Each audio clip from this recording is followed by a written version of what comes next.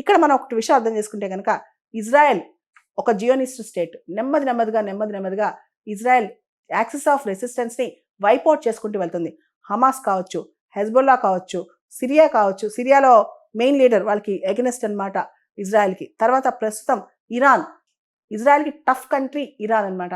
ఇరాన్ని wipe out చేయటం, ఇవన్నీ కూడా ఇజ్రాయెల్ స్టెప్ బై స్టెప్ వెళ్తుందన్నమాట. సో అయితే ఇరాన్ మాత్రం మీరు బిట్టర్ అండ్ పెయిన్ఫుల్ రిటాలియేషన్ చూడబోతున్నారు, మేము రివెంజ్ తీర్చుకుని తీరుతామని చెప్పి ఇరాన్ ఇప్పుడు ఇజ్రాయెల్కి వార్నింగ్ ఇస్తుంది అనమాట. సెవియర్ పనిష్మెంట్ ఇస్తామని చెప్తుంది.